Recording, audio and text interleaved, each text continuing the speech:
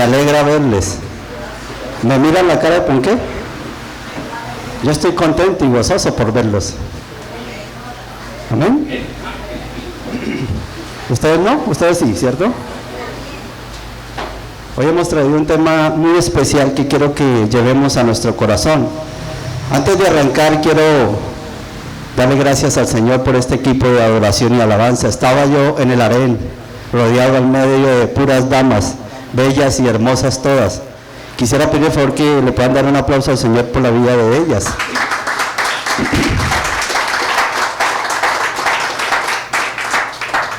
Ok. Quiero arrancar en esta mañana con una reflexión. ¿Alguno de ustedes, yo creo que todos, o la mayoría al menos, se ha leído el libro La Metamorfosis? Algunos nos rascamos la cabeza cuando en el bachiller nos pusieron a leer ese libro. Todavía yo no sé si lo que estaban hablando ahí era una cucaracha, una avispa, un cucarrón, o qué era. La metamorfosis consiste en que un señor se durmió y al día siguiente, cuando se despertó en un insecto. ¿Ustedes se imaginan cómo estaría ese señor de asustado? Diga, no sabía de dónde era. Imaginémonos que ustedes llegan a Bogotá pero se llevaron la ropa de Neiva. Diga conmigo, va a sufrir. Imaginémonos que usted está en el desierto y de repente se le volvió todo polar. Diga conmigo, achuchuy. Imaginémonos que usted llega a una ciudad y no sabe qué bus tomar ni para dónde coger. Diga conmigo, está perdido. Imaginémonos que usted tomó el bus pero cogió el bus que no era, como me pasó a mí hace un tiempo. Pensé que todavía estaba viviendo en el tercer milenio y cogí la ruta de Cándido.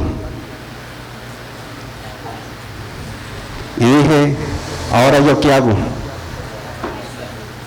Entonces, el no saber dónde estamos nos trae problemas. Diga conmigo, el no saber dónde estamos nos va a traer problemas. Entonces es muy importante que nosotros podamos en esta mañana claramente identificar en dónde estamos. ¿De acuerdo? Porque como me dijo mi mamá hace como 15 días, yo no sé, eso hablan del nuevo pacto, del antiguo pacto, Nuevo Testamento, Antiguo Testamento, verdad presente, reino de los cielos, reino... Yo ni sé dónde está, yo lo único que sé es que vivo en el Líbano. Entonces yo dije, mi mamá es particular porque rara vez hablo con ella, pero cuando hablo me da la palabra que necesitamos predicar. Y yo dije, bueno, interesante hablar acerca de eso. ¿Ustedes quisieran que habláramos acerca de eso? Entonces el tema de hoy se llama, ¿cuál es la diferencia entre el reino de Dios y el reino de los cielos? ¿Ustedes creen que es lo mismo? Cuando en las Escrituras se contempla el reino de Dios y el reino de los cielos, ¿hace referencia a lo mismo? ¿Ustedes qué creen? ¿Qué dicen ustedes? Yo creo que no, ¿cierto? Bueno, vamos a ver a través de esta mañana cómo logramos dilucidar un poquito acerca de eso. La palabra en Filipenses 1:21 nos dice lo siguiente en la versión de Reina Valera. Porque para mí el vivir es Cristo y el morir es ganancia. Muchas veces hemos hablado acerca de esta porción de Escritura, lo que representa verdaderamente morir. Y el actualizarnos, el realmente podernos centrar y saber dónde estamos parados, hace parte del morir.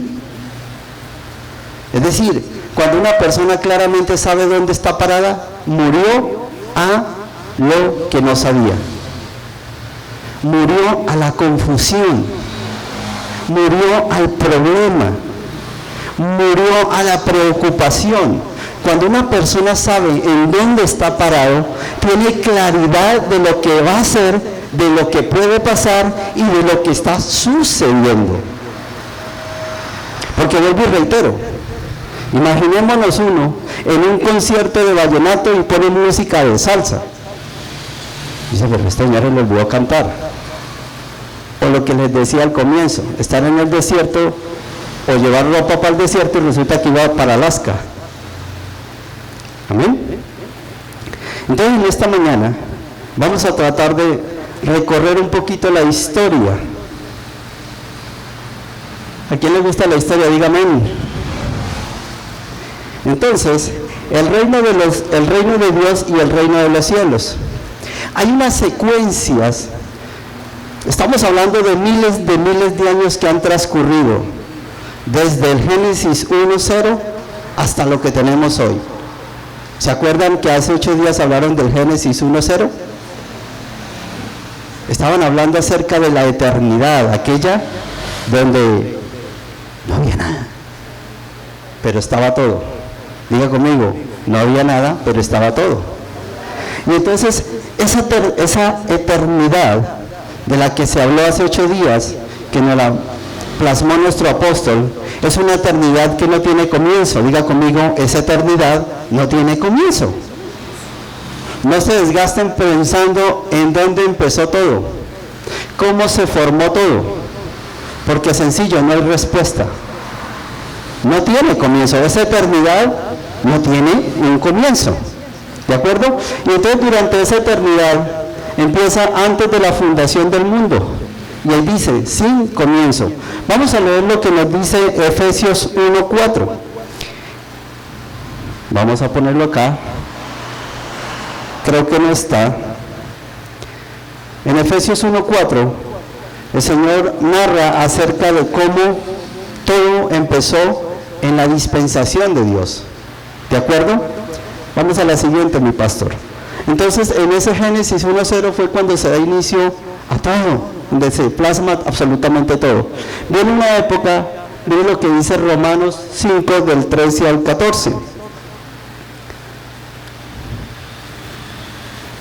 Estas citas que estoy dando es para que ustedes la consulten en sus casas. Romanos 5, del 13 al 14. Para que las puedan buscar y las puedan concluir acerca de lo que estamos hablando. Aquí por tiempo, es que el tiempo en televisión es muy corto, pues no nos va a dar para investigarlas todas, ¿de acuerdo?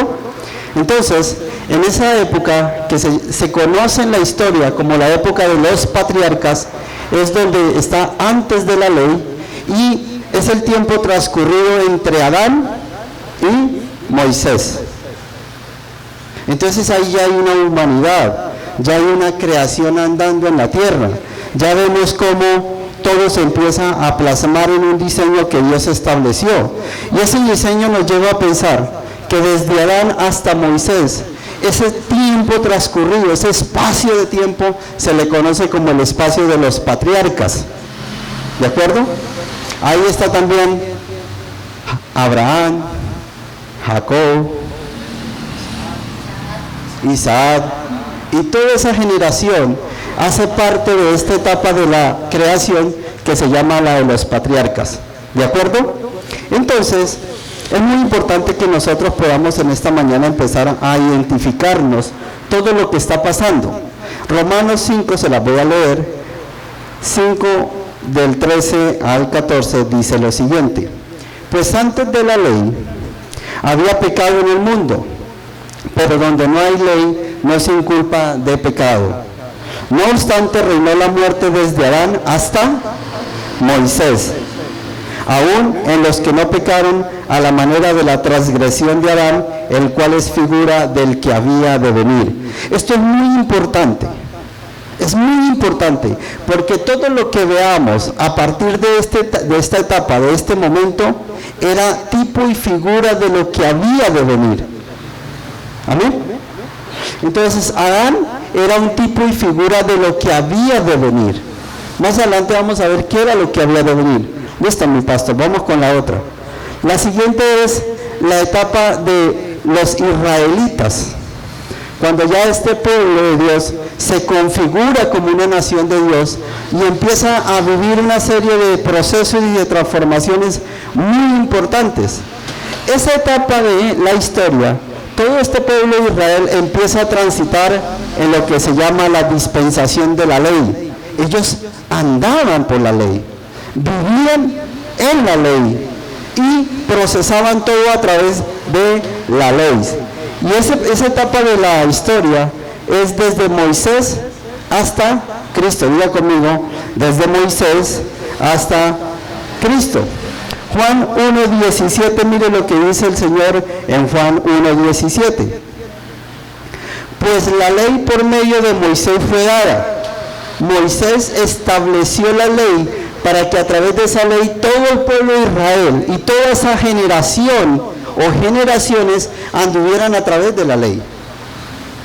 Pero la gracia y la verdad vinieron por medio de Jesucristo. Aquí, en este momento, se parte la historia en dos. Cuando se deja la ley y empieza Hechos 2, del 1 al 14, mire lo que nos dice el Señor. Hechos 2, del 1 al 14. Cuando llegó el día de Pentecostés, estaban todos unánimes juntos, y de repente vino del cielo un estruendo como de un viento recién soplaba, el cual llenó toda la casa donde estaban sentados, y se le aparecieron lenguas repartidas como de fuego, asentándose sobre cada uno de ellos, y fueron todos llenos del Espíritu Santo, y comenzaron a hablar en otras lenguas según el Espíritu les daba que hablasen. Moraban entonces en Jerusalén judíos, varones piadosos de todas las naciones bajo el cielo. Y hecho este estruendo, se juntó la multitud y estaban confusos, porque cada uno les oía hablar su propia lengua. Y estaban atónitos y maravillados, diciendo, mirad, ¿no son galileos de todos estos que hablan? ¿Cómo pues les oímos nosotros hablar cada uno en nuestra lengua en la que hemos nacido? Partos, medos, elamitas, y los que habitamos en Mesopotamia, en Judea, en Capadocia, en el Ponto y en Asia, en Frigia y en Panfilia, en Egipto y en las regiones de África, más allá del Cirene, y romanos aquí recientes, tanto judíos como prosélitos. En ese momento, la historia se parte en dos. Este momento es el que le llamamos cuando sucede el descenso del Espíritu Santo. En ese momento, la historia de la humanidad se parte en dos. La historia de lo que conocemos se parte en dos. No es lo mismo, es como colocar una pared en medio de los dos, hay una división. Y esto es muy importante que nosotros lo tengamos en cuenta, de que hay una división. Pero mire lo que aconteció con el descenso del Espíritu Santo. Todos, aunque hablaban de lenguas distintas, eran uno solo. Se empieza a expresar y a manifestar la unidad. Aquí dice, habían personas de distintas regiones, personas que hablaban distintas lenguas, personas de distintas categorías, clases y razas, pero aún así se entendían las unas con las otras. El descenso del Espíritu Santo lleva consigo el primer fundamento de lo que experimentamos hoy en día y se llama la unidad. Diga conmigo, la unidad. Démonos cuenta que la unidad, el principio de la unidad, no consiste en unir dos cosas iguales. Consiste en unir dos cosas que, aunque sean distintas, se entienden. ¿Qué chiste tiene una pareja que ambos piensan de la misma manera? ¿Qué gracia tiene que una persona que piensa igualito que la otra se unan? Mi esposa piensa muy distinto a mí y de hecho se comporta muy distinto a mí, pero les aseguro, yo he hecho muy bueno. Y yo sé que ella también, modestia aparte. Entonces, esa unidad la trajo consigo el descenso del Espíritu Santo. Y viene Mateo 16, 18 al 19, mire lo que nos dice el Señor. Mateo 16, del 18 al 19 dice lo siguiente: y yo también te digo que tú eres Pedro, y sobre esta roca edificaré mi iglesia, y las puertas del Hades no prevalecerán contra ella. Y a ti te daré las llaves del reino de los cielos, y todo lo que atares en la tierra será atado en el cielo, y todo lo que desatares en la tierra será desatado en los cielos. Aquí empieza una nueva etapa, diga conmigo, una nueva etapa, donde empieza la configuración, la estructura y la formación de la iglesia como cuerpo. Es decir, en esta nueva etapa, lo que hace el Señor a través de toda su generación es conformar la iglesia. Y esa iglesia ya no está conformada a través de la dispensación de la ley, sino que está conformada a través de la dispensación de la gracia. Diga conmigo, ya no es ley, es gracia.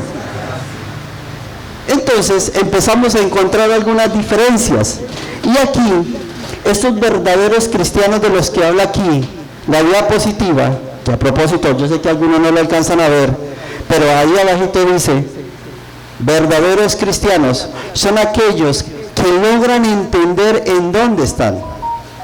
Diga conmigo, hemos logrado entender dónde estamos.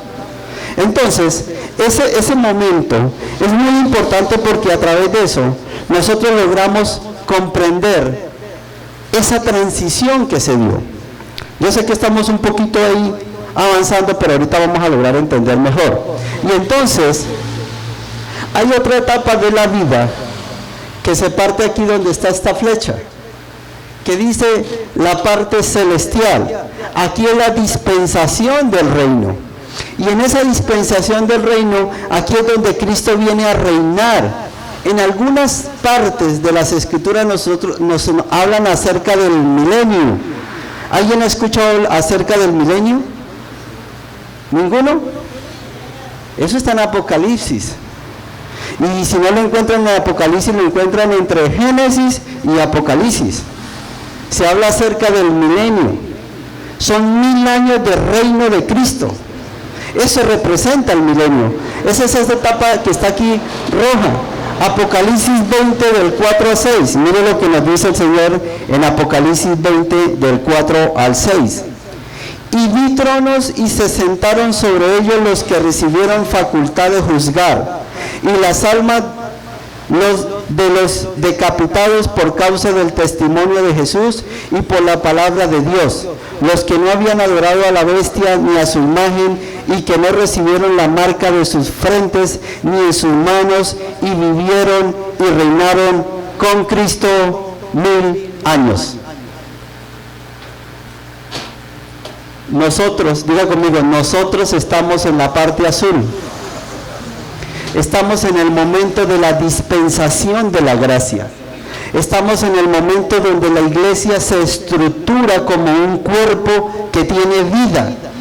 Esto es lo que va a acontecer, diga conmigo, va a acontecer. Y esto parte también de una nueva etapa, que es cuando viene la segunda venida de Cristo. Entonces, yo sé que muchos se han preguntado, ¿y cuándo es que vuelve Cristo? Mira, ahí está la respuesta. ¿Cuándo es la segunda venida de Cristo? Cuando todo ese cuerpo de la iglesia que fue estructurado por Cristo y que ha sido edificado por Cristo empieza a ser una expresión plena y una manifestación plena de Él, entonces viene Cristo por segunda vez y empieza a reinar. ¿Por cuánto? Diga conmigo, 1000 años. Y viene la última etapa que está aquí, segunda de Pedro 3:19. Mire lo que nos dice segunda de Pedro 3:19. Perdón, creo que esa está mal.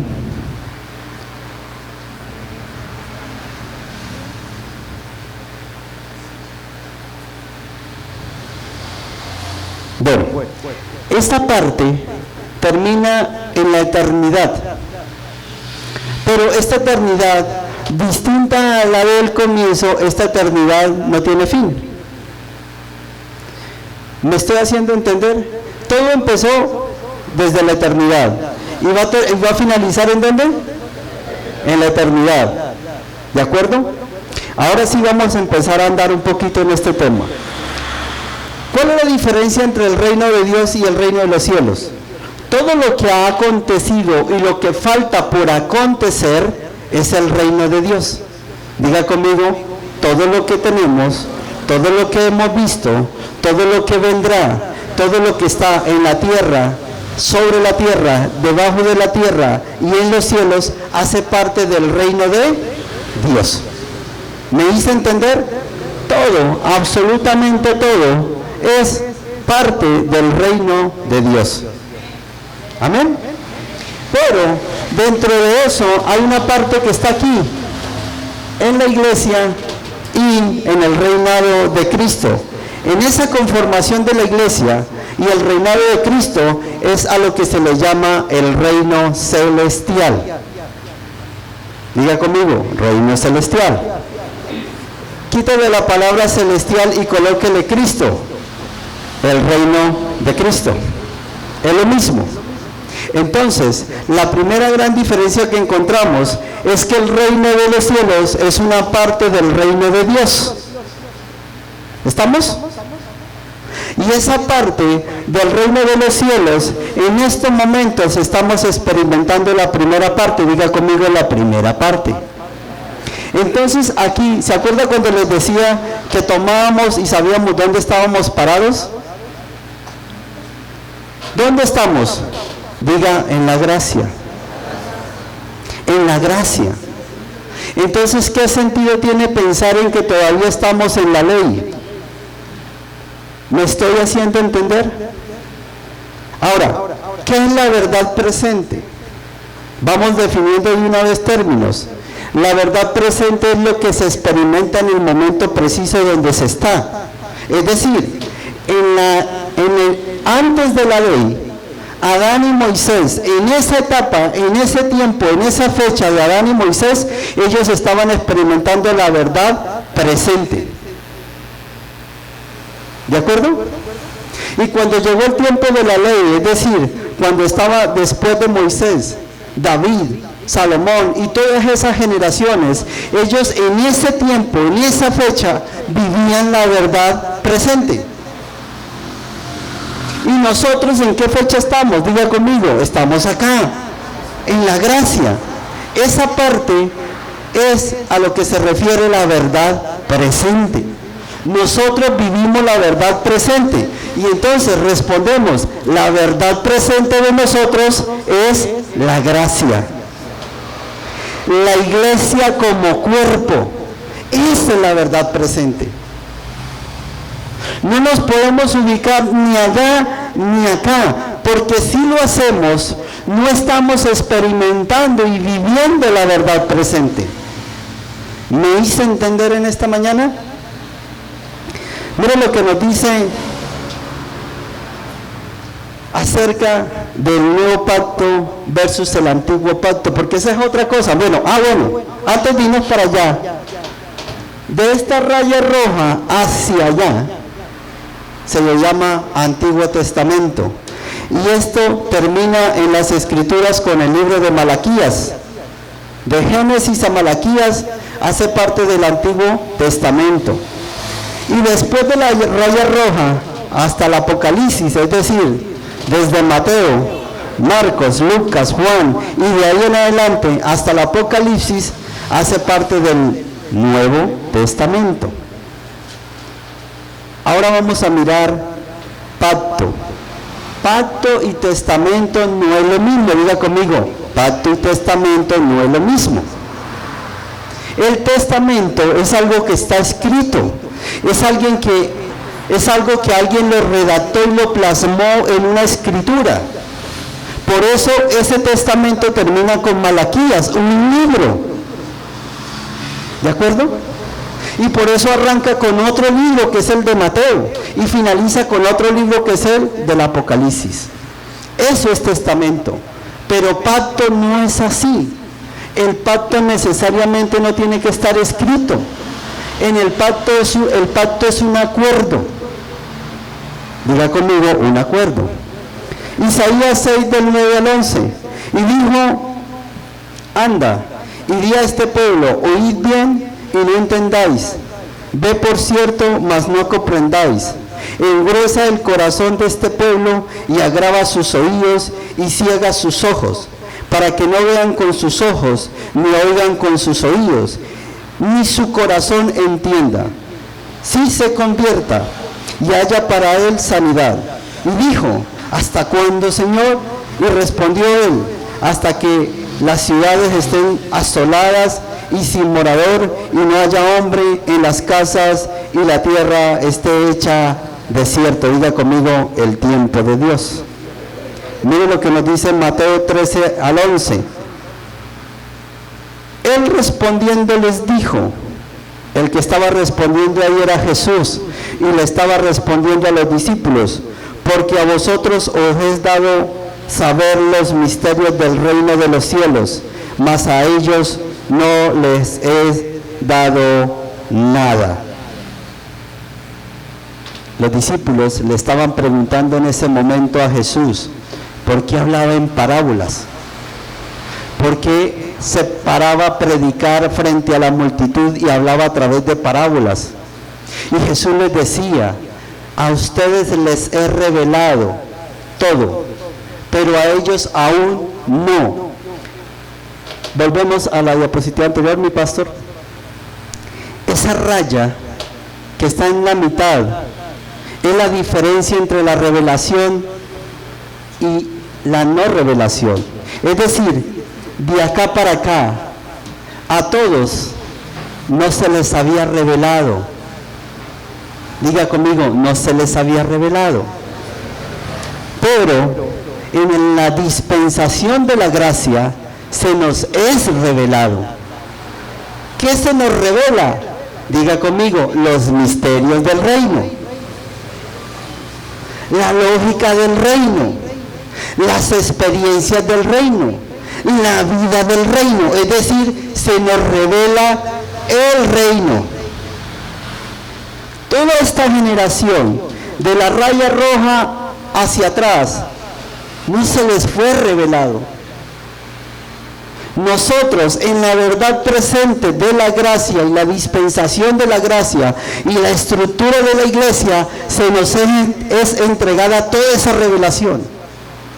Entonces dígale a la persona que tiene al lado, dígale, a ti se te ha revelado los misterios del reino. ¿Nos estamos haciendo entender en esta mañana? Entonces, en esa misma porción de escritura que acabamos de leer aquí en Mateo 13, Jesús habla acerca de un sembrador que tiró la semilla, pero habla de una semilla que cayó en el camino. Y esa semilla que cayó en el camino no pudo germinar porque no pudo enterrarse para morir y nacer. Entonces esa semilla vino las aves y se la comieron. Diga conmigo, las aves representan a Satanás. Cuando tú no naces a través del proceso de morir para nacer, Satanás te consume. Y hubo otra parte de semilla que cayó en las piedras. Cogieron algo de tierra, nacieron y crecieron, pero cuando salió el sol, las quemó y murieron. El sol representa el corazón del ser humano. Cuando usted le da la palabra a una persona, esa persona queda vislumbrada, abre los ojos y no falta el que llore, y no falta el que se ría, y no falta el que se alegre. Pero ese corazón, al día siguiente, se le ha olvidado todo. Y entonces, ¿qué le pasó a esa semilla que cayó en las piedras? Nace, pero el sol las marchita. ¿Estamos? Otra parte cayó entre los espinos, creció, pero los espinos también y la ahogaron. ¿Sabe qué representan los espinos? Los espinos representan la religión. Esa religión que ha creado el ser humano, esa religión que nos aleja de la realidad del reino, esa religión que no nos deja ver lo que experimentamos en el reino. Mire, la religión te va a depositar siempre en esta etapa de la vida. Siempre te va a depositar acá. Entonces la religión te va a decir, tú tienes que hacer, tú tienes que esperar, tú tienes que rogar, tú tienes que pedir, tú tienes que... Todo eso representa la religión. Y entonces la religión te ahoga. Y por ende no te va a dejar disfrutar la gracia. Diga conmigo, disfrutar la gracia. Pero parte cayó en tierra buena. Esta creció, se reprodujo y dio fruto al 100, al 60 y alguna al 30%. La tierra buena somos nosotros. Diga conmigo, yo soy tierra buena. Cuando yo logro entender dónde estoy parado, yo soy una tierra buena, una tierra que va a dar fruto, una tierra que esa semilla que se me sembró va a ser reproducida. Es una semilla que experimenta una vida de Cristo. Ahora, esa semilla logra hacer reproducción y logra ser multiplicador, pero porque expresa y manifiesta a Cristo, no hay otra manera. Yo no puedo ser un multiplicador de vida si en mí no está Cristo. Si mi vida no es Cristo. Amén. Entonces, empezamos a ver esas diferencias entre el nuevo pacto y el pacto antiguo. Voy a decirles algo. El nuevo pacto es Cristo. Y le hago una pregunta. ¿En qué etapa estaba Cristo entonces? Diga conmigo, siempre. Siempre. Pero ese nuevo pacto se nos es revelado hoy. Diga conmigo, es revelado hoy. En la dispensación de la gracia, en la creación, en la formación y en la estructura de la iglesia como cuerpo.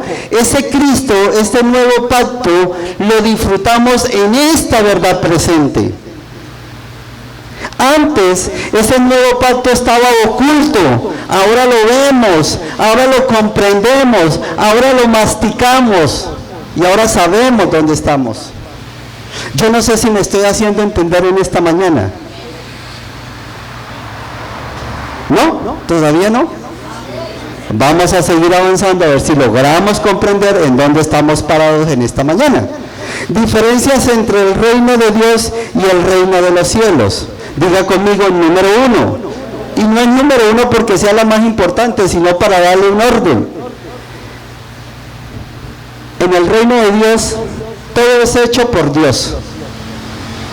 No hay nada, absolutamente nada que no haya sido hecho por Dios, ni permitido por Dios. Amén. Pero en el reino de los cielos, es decir, en el reino de Cristo, todo es para Cristo, en Cristo y por Cristo. ¿Qué es Dios? Diga conmigo, Padre, Hijo y Espíritu. Todo el reino de Dios fue creado por Dios.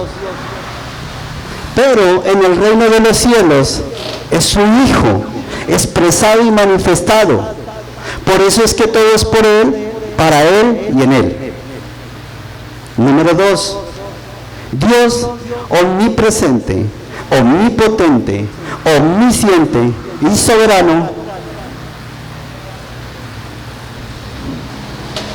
experimentándose en todo ese tiempo.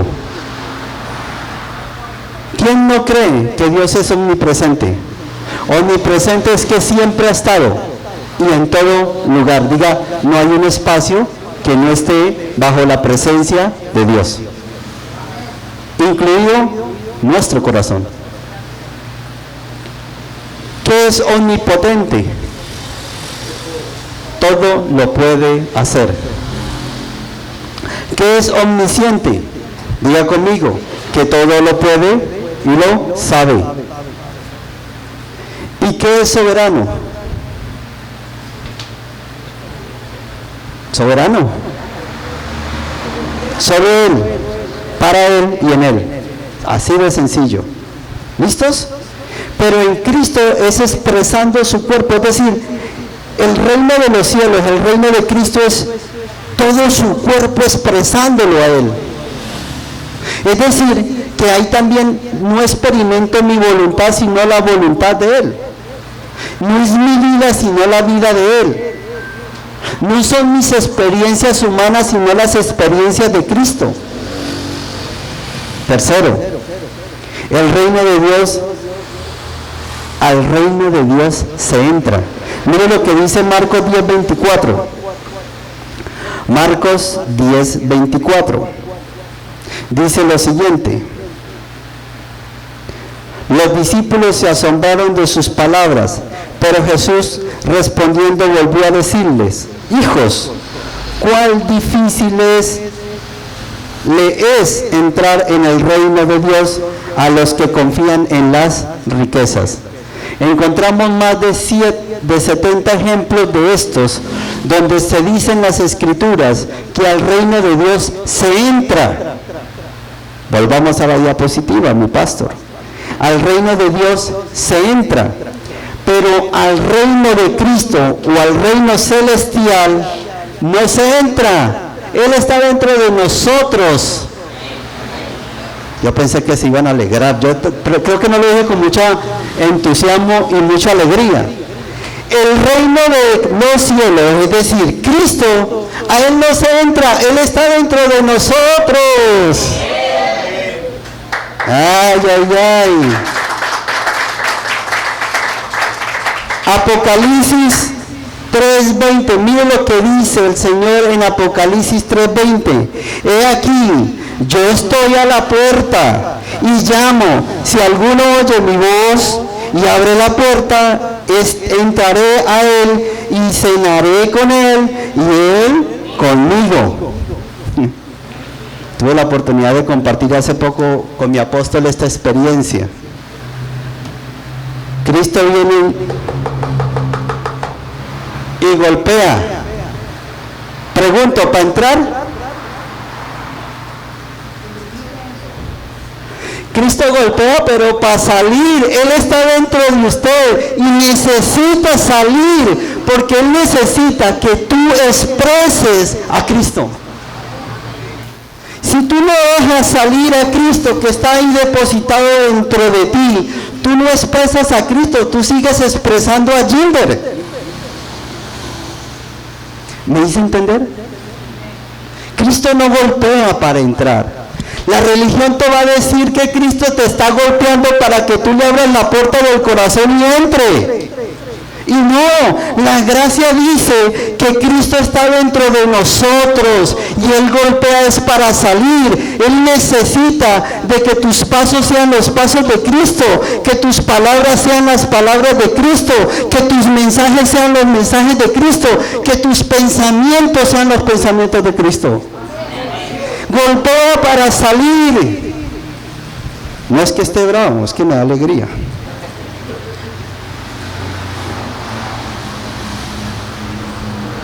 Diga conmigo, amén. ¿En qué diferencia íbamos? En la cuarta. El reino de Dios no se desarrolla. Él está completo, mire, está completo. El reino de Dios no es una casualidad. Dios no está esperando terminar esta etapa azul para seguir con la roja. Él no está esperando terminar la gracia para ver qué pasa con el reino de Cristo. No, no, no. Él ya todo lo tiene pleno, consumado, estructurado, desarrollado y completo. La religión nos dice que el reino de Dios todavía le faltan cosas. La religión nos dice que tú tienes que pedir porque Dios todavía le falta mandarte cosas. Y la gracia nos dice, no Señor, el reino de Dios está completo. Porque si tengo a Cristo, lo tengo.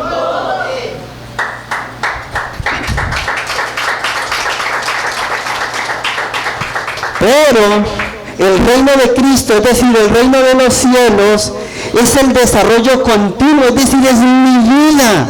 Allí falta todo. Allí falta todo. Mire, hay una canción por ahí que dice que tan solo con el roce de su manto. Si nosotros tan solo rozáramos un poquito de lo que es la experiencia de Cristo y dejarlo salir a Él del corazón, les aseguro, mis hermanos, que ustedes van a quedar maravillados, van a quedar impresionados de lo que falta por desarrollar en el reino de Cristo. Pero es mi humanidad, es el alma, es mis caprichos, son mis deseos, es la religión, son las costumbres las que no me permiten desarrollar ese reino en mi vida. El reino de los cielos, el reino de Cristo, es para desarrollar mi vida. Pero no porque a Cristo le falte desarrollarse. Es porque yo soy el que necesito desarrollarme en Cristo. Amén. El reino de Dios no tiene ningún tipo de advertencia. Mire lo que dice Lucas 17 del 20 al 21. Preguntando por los fariseos cuando había de venir el reino de Dios, les respondió y dijo: el reino de Dios no vendrá con advertencia, ni dirán, hello, aquí, o helo allí, porque aquí el reino de Dios está entre vosotros. Miren lo que le está ratificando Jesús y contestándole a los fariseos: el reino de Dios no tiene anuncio. Al reino de Dios se entra, pero al reino de Dios no se entra sino solamente a través del reino de Cristo. Es decir, solo se puede entrar al reino de Dios a través de Cristo. Los fariseos y la religión buscan entrar al reino de Dios, pero no creen que el reino de Cristo, es decir, el reino de los cielos, está en ellos. Y entonces Jesús le contestó a ese fariseo y le contestó también a Nicodemo, diciéndole: tú tienes que morir a todo esto para que nazcas de nuevo en la gracia y puedas a través de Cristo entrar al reino de Dios. Eso es el misterio que no entendió Nicodemo, ni entendieron los fariseos, ni tampoco lo entienden los religiosos. Pregunto: ¿y quién de los que estamos aquí ha muerto? ¿Amén? ¿O allá? Diga conmigo, amén. Estamos completamente convencidos de que hemos nacido de nuevo. ¿Qué nos falta? Diga conmigo, procesar. Procesar. Mientras que el reino de Dios está completo, en el reino de Cristo se procesa. Todo es un proceso, todos son etapas que hay que quemar. Tú no te conviertes en la noche y a la madrugada amaneces expresando y manifestando Cristo al 100%. Porque le aseguro que algo que te dejaste esa noche, le van a hacer una nueva. Y como nos dijo nuestro apóstol Jesús Tobar, el nacer de nuevo es todos los días, hasta el fin de los tiempos. ¿Y sabe cuál es el fin de los tiempos? Diga yuca. Hasta cuando muramos, de manera orgánica. Nosotros hemos muerto a todo lo que está antes. Pero el día que de verdad se muera en la parte orgánica, ese día dejamos de nacer de nuevo. ¿Amén? Entonces les decía que el reino de Dios es espiritual. Miren lo que nos dice Romanos 14, 17. Porque el reino de Dios no es comida ni bebida, sino justicia, paz y gozo en el Espíritu Santo. Todo, hermano, todo lo que tú veas en el reino de Dios es espiritual. Por eso es que no lo vemos. Por eso es que la religión no nos puede engañar diciendo de que falta cosas o que algunas cosas sucedieron y otras no. No. Es espiritual. Diga conmigo, el reino de Dios es espiritual. Pero el reino de los cielos, es decir, el reino de Cristo, es orgánico y se manifiesta en nuestras vidas. Miren lo que dice Gálatas 2:20. Gálatas 2:20 dice: con Cristo estoy juntamente crucificado, y ya no vivo yo, mas vive Cristo en mí. Y lo que ahora vivo en la carne, lo vivo en la fe del Hijo de Dios, el cual me amó y se entregó a sí mismo por mí. Señores, el reino de Cristo es orgánico, es vida. Es vida, diga conmigo, es vida. Cuando Cristo se introdujo en mi corazón, lo que introdujo fue vida. Y cuando yo le abro la puerta al corazón para que Cristo salga, lo que sale de ahí es vida. Por eso, diga conmigo, cada vez que abro mi boca, cada vez que trabajo, cada vez que proceso, lo que se procesa, lo que se habla y lo que se dice y lo que se ve es expresión y manifestación de Cristo. Quiero preguntar, ¿estamos perdidos? ¿Estamos como Adán buscándose el ombligo? ¿O el chavo buscando la mamá? Juan 14:6-7, mire lo que dice. Jesús les dijo: yo soy el camino y la verdad y la vida. Nadie viene al Padre sino por mí. Si me conocieseis, también a mi Padre conoceréis.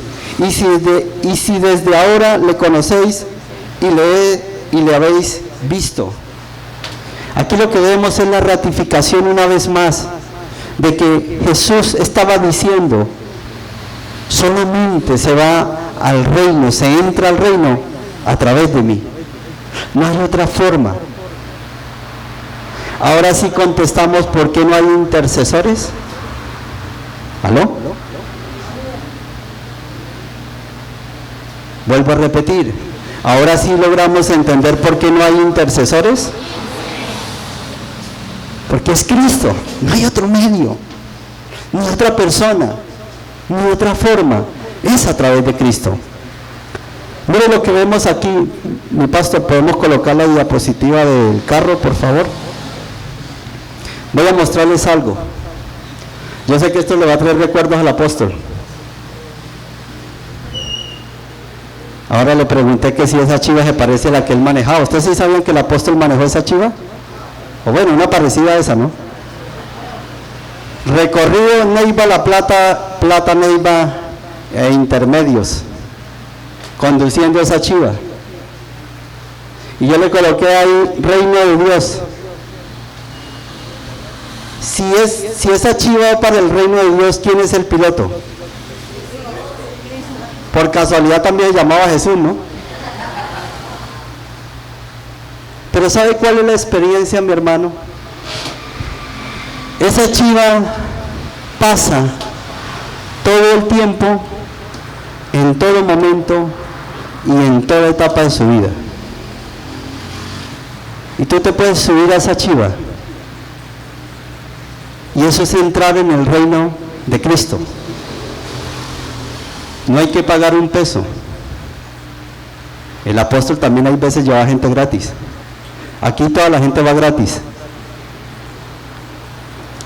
Pero el entrar en esa chiva es muy representativo a la realidad. Ustedes han visto que hay personas que se suben en el recorrido de un bus y a los 5 segundos usted los ve. Pregunto, ¿disfrutarán el viaje?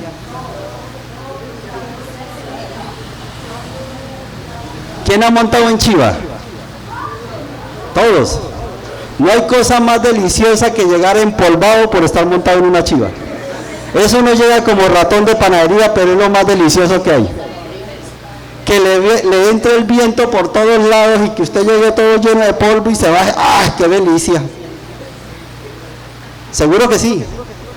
Pero hay gente que se sube, se monta en ese bus, se acomoda y no disfruta el paseo. ¿Será que se parece a cuando nosotros decimos: yo confieso que tú eres el Hijo y que tú eres Cristo y que a través de Cristo yo entro al reino de Dios y tú has escrito mi nombre con letras doradas? Ta, ta, ta, ta, ta, ta. Y a los 5 segundos está. ¿Se parece en algo? O hay otro, el que se monta en esa chiva y empieza: uy, no, qué cosa tan dura, uy, no, qué cosa, no, uy, no. Y volvemos al mismo proceso: confiesa a Cristo y no, pero es que vivir una vida en Cristo es muy berraca, ¿verdad? Yo no hago sino sufrir todos los días. ¿Estará disfrutando el reino? Y los despistados, el conductor le dice: ojo que viene un hueco. Y cuando dice ojo que viene un hueco es para que se sienten bien. Y no falta el despistado que lo cogió el hueco pleno y ¡pum! Contra el techo. Y les digo: ¿habrán despistados en el reino de Cristo? Y retomamos. Y no falta el que se sube en la chiva. Oído, estamos acá. El que se sube en la chiva. No el que se sube afuera, sino el que se sube aquí en la chiva. Y no sabe para dónde va. ¿Y por qué se subió en la chiva? No, es que me pareció una chiva tan bonita, tan agradable. Y el conductor es más pinta todavía. Yo me subo. Pero resulta que se iba para La Plata. Y resulta que la ruta para donde yo iba era para Algeciras. Diga conmigo: está perdido. Ahora sí logramos entender por qué, si no sabemos dónde estamos, no sabemos qué hacer. Mire, nosotros, y por qué quisimos colocar esto, nosotros nos vivimos diariamente esa experiencia. Nosotros hablamos de la verdad presente, hablamos de la gracia, hablamos del nuevo pacto, hablamos del Nuevo Testamento, hablamos de la gracia, hablamos de Cristo en mí, hablamos de la expresión y la manifestación de Cristo. Pero todavía no sabemos dónde estamos parados. Entonces usted ve a una persona orando: Señor, regáleme el carrito, Señor, un carrito que sea rojo, Señor, ojalá que sea modelo 2024, y si no puede, entonces al menos 2023. Y el Señor allá arriba toteando la risa diciéndole: hermano, pero si ya yo le di todo, ¿por qué me pides un carro? Y entonces diga: ¿y entonces qué le debemos pedir en las oraciones? Ay, ay, ay. Salomón, ustedes saben quién es Salomón, ¿no? Tania sí sabe quién es Salomón, les da cátedra de eso. Salomón, el hijo de David, el elegido por Dios para seguir su plan y su propósito. David, cuando le entregó la herencia a Salomón, le dijo: yo he guardado unos ahorritos para que tú puedas reinar. Y los ahorritos que le entregó David a Salomón fueron 3.500 toneladas de oro, 100 y pico de mil toneladas de plata, 100 y pico de mil toneladas de bronce, de cobre y de magnesio, y cualquier cantidad de tractomulas de madera, de cedro fino rojo. Y esos eran los ahorritos que David le entregó a Salomón. Pero resulta que cuando murió David, por legado y por herencia recibió todo lo que David tenía: 100 y pico de mil toneladas más de oro, 100 y pico de mil más toneladas de plata, oro, patata y madera y todo. Y Dios le da la oportunidad de decirle a Salomón: ¿tú qué quieres de mí? ¿Y qué contestó Salomón? Padre, todo lo que tú me has dado ya, le aseguro, diga conmigo, les aseguro que si no tenemos sabiduría, no sé cómo administrarlo. El reino de los cielos, el reino de Cristo, es esa herencia, es ese legado, es toda esa plenitud y toda esa potencia. Te aseguro, mi hermano, que si tú no le pides a Dios sabiduría, tú no vas a saber qué es lo que tiene en la mano. Pero no, nosotros recibimos esa herencia, recibimos ese legado, tenemos y experimentamos la gracia. Ese Cristo está en nosotros, lo expresamos de vez en cuando, lo manifestamos de vez en cuando, pero seguimos pidiéndole riquezas, cosas materiales, experiencias de vida y demás a Dios. Y Dios le contestó a Salomón: de hecho, vas a ser el hombre más sabio que ha pisado y pisará la tierra. Y como no me pediste riqueza, te voy a dar más de lo que tiene y de manera ilimitada. ¡Ay! Mi hermano, si tú le pides en sus oraciones a Dios, a Cristo, por sabiduría, para lograr entender todos estos misterios, no solamente te va a dar sabiduría, sino que te va a dar la añadidura, lo que falta. Pero Él te va a dar de acuerdo a su medida. Diga conmigo, de acuerdo a su medida. ¿Listos? Vale. Entonces, cierro con esto. Finalmente serán uno, diga conmigo, finalmente serán uno. ¿Quién será uno? 1 Corintios 15, 24 al 28 dice lo siguiente: luego el fin de todo, cuando entregue el reino de Dios y Padre, cuando haya suprimido todo dominio, toda autoridad y potencia, porque preciso es que Él reine hasta que haya puesto a todos sus enemigos debajo de sus pies, y el postrer enemigo que será destruido es la muerte, porque todas las cosas las sujetó debajo de sus pies. Y cuando dice que todas las cosas han sido sujetadas a Él, claramente se exceptúa aquel que sujetó a Él todas las cosas. Pero luego que todas las cosas les estén sujetas, entonces también el Hijo mismo se sujetará al que lo sujetó a Él todas las cosas, para que Dios sea todo en todos. La finalidad de todo es que sean uno, es decir, que Dios Padre e Hijo sean uno, como lo ha sido siempre, con una diferencia y con un atenuante, que así como el Hijo es uno con el Padre, lo seremos nosotros. Diga conmigo, lo seremos nosotros. Yo no sé si en esta mañana me he hecho entender. No sé si se van más preocupados o más perdidos que Adán buscando el ombligo. Quisimos traer esta palabra para que logremos a través de ella tratar de quitar el velo. El velo es lo que no nos deja ver eso. El velo es necesario retirarlo para ver. Pero ese velo se retira cuando yo lo retiro. Y eso es un proceso que surge a través de la muerte, que surge a través de quitarle vida al alma, que surge a través de comprender para qué es todo esto, que surge a través de esa revelación y esa sabiduría que el Dios nos da. Quitar el velo es necesario. Si nosotros no quitamos el velo, mis hermanos, vamos a seguir experimentando todo lo viejo, todo lo pasado, todo lo que fue anulado, todo lo que fue cancelado.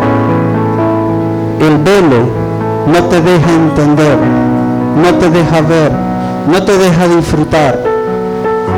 ¿Qué tal si tú en esta semana dices, voy a revisar en mi interior qué está generando que todavía el velo no se me retire?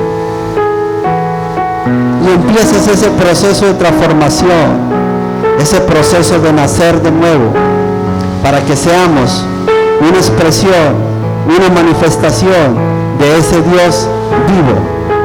Padre, yo te doy gracias, Señor, por esta mañana, Señor. Te doy gracias, Señor, por mis hermanos, los cuales atendieron, Señor, con sabiduría, concentrados, Señor. Yo sé que algunos de ellos, Señor, van a llevar este mensaje a su corazón, Señor, y lo van a procesar, Señor. Otros se les será revelado en su tiempo, Señor. Otros quedarán con más preguntas, Señor. Pero solamente tú, Cristo Jesús, a través de ese discernimiento, a través de esa revelación, la cual surge a través de su comunión, es la que le va a permitir entender, expresar, vivir y experimentar una vida con Cristo. Padre, como ministro competente, oro al Señor para que en ellos, Señor, se abra el entender, se les abra la revelación, y que ese entender y esa revelación, Señor, sea para conocer a Cristo, y que ese conocer a Cristo sea para vivirlo, para experimentarlo, para hacerlo vivo en su vida. No importa lo que estemos viviendo, lo que estemos experimentando, con Cristo habrá respuesta, con Cristo habrá justicia, con Cristo habrá paz, y con Cristo habrá gozo. Amén y amén.